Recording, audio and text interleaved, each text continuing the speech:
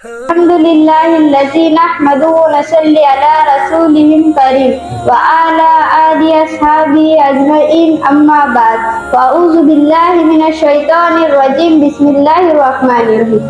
आजच्या या कार्यक्रमाचे अध्यक्ष उलमा इकराम व मंचावर बसलेले पाहुणे मंडळी व माझे प्रिय बंधू मित्रांनो, आजच्या माझे भाषणाचे शीर्षक आहे शेजाऱ्यांचा हक्क। हजरत मोहम्मद सल्लल्लाहु अलैहि वसल्लमचे फरमान आहे, अल्लाहची शपथ तो मनुष्य मुसलमान नाही ज्यांच्या शेजारी त्यांच्या कटकस्थानापासून सुरक्षित नाही।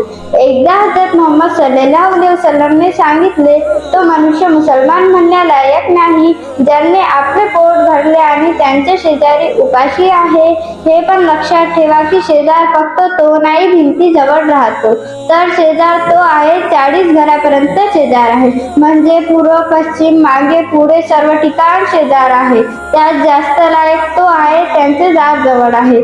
समजून घ्या की शेजाऱ्यांचा हक्काचा अर्थ असा नाही तुम्ही त्यांना त्रास देत नाही, तर शेजाऱ्यांचा हक्काचा अर्थ असा आहे की तुम्ही त्यांच्याकरिता त्रास सहन करत आहात, ही काही महत्वाची बाब नाही।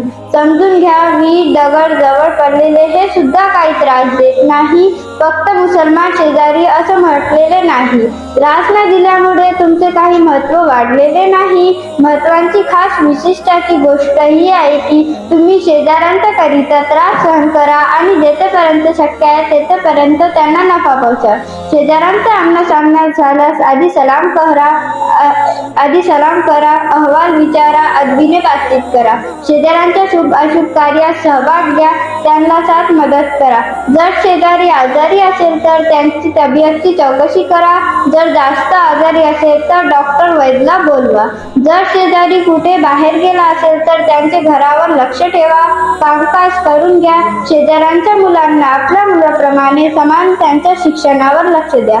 जर शेजारी कर्ज मागत असेल तर कर्ज द्या किंवा तुमच्याकडून काही त्यांना मदतीची अपेक्षा असेल तर मदत करा।